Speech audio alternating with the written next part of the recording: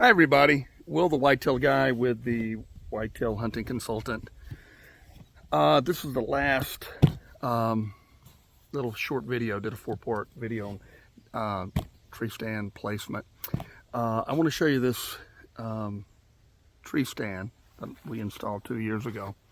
Let me show you what it looks like. I just sprayed this food plot. The deer killed it. It's about 3/4 of an acre. I'll come back this August, early September, plant some wheat, oats, and rye, cereal rye in it. The deer were in it 365 days till they mauled it down to nothing over winter. Let me say this, if you got a lease, or you're looking at a lease, or you got a new hunting grounds, or maybe you've hunted a place for years and years and years, the first thing I look at is corners. Deer love corners. I don't understand it all. I don't know if they feel more secure coming out in a corner of a field, but there's something about a corner, and that's what this is. It's a corner. I know deer bed over here, and I know they bed back over here near the creek. I know that. And let me give you a 360. All that's ag fields, giant ag fields, beans, corn. I know the deer bed back up in here. So what I'm trying to do, and the soil here is really, really poor. I don't know if they had a home here at one time. I have limed it to death. I've fertilized it to death. I've tried to grow clover, and it just won't do. I thought maybe I'd make this kind of a permanent plot, but it just don't take. Red clover does pretty good, but that's an annual. So every year I'll do a cereal grain with a brassica, whether it's rape or chicory or radish. I'm going to mix in some winter peas in this plot right here. But let me show you this stand right there. Can you see that stand? I got it tucked away. I can't stress this enough about tree stand placement. Unless you're in a box blind, and I'm not against people hunting out of box blinds. I don't have any. A lot of us, regular Joes, can't afford them. They're just outrageous, $2,000, $3,000, $4,000, $5,000, $6,000. And I'm not knocking people who can afford it, okay? But 99% of my hunting's from tree stands. I have a couple of ground blinds, and I hunt them in certain situations. But if you'll notice, this stand is tucked away about 10, 12 yards into the woods.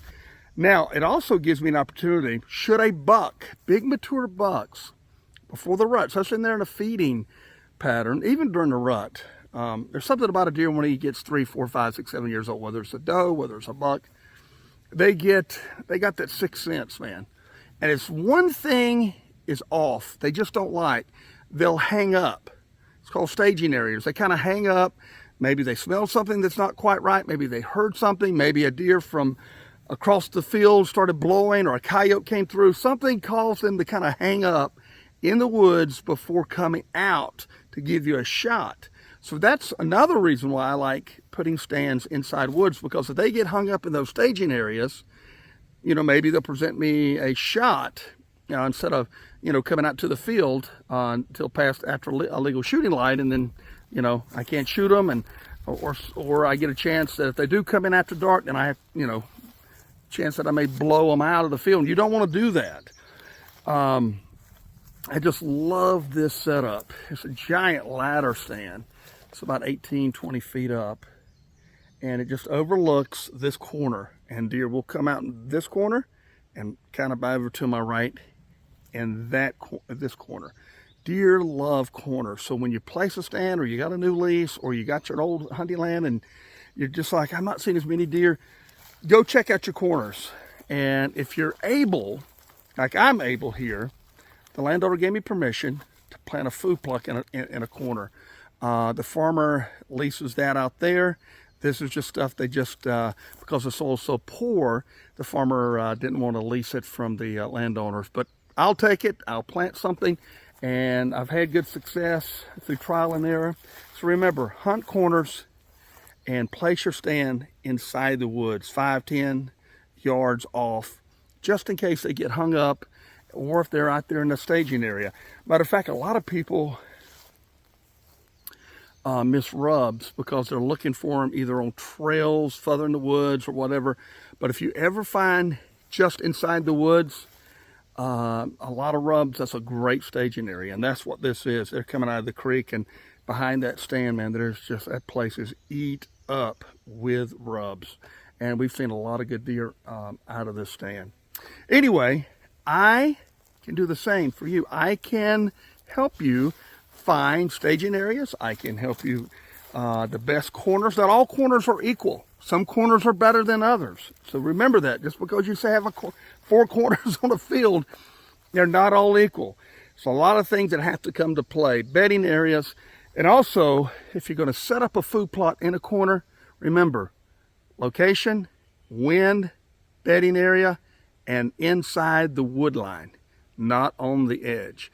If you do these tips, they'll make you a successful hunter, more successful hunter, make your deer herd better, and make your neighbors really, really jealous. Give me a call. Let's get together. This is Will, the Whitetail guy from the Whitetail Hunting Consultant, saying thank you for watching our videos, and God bless.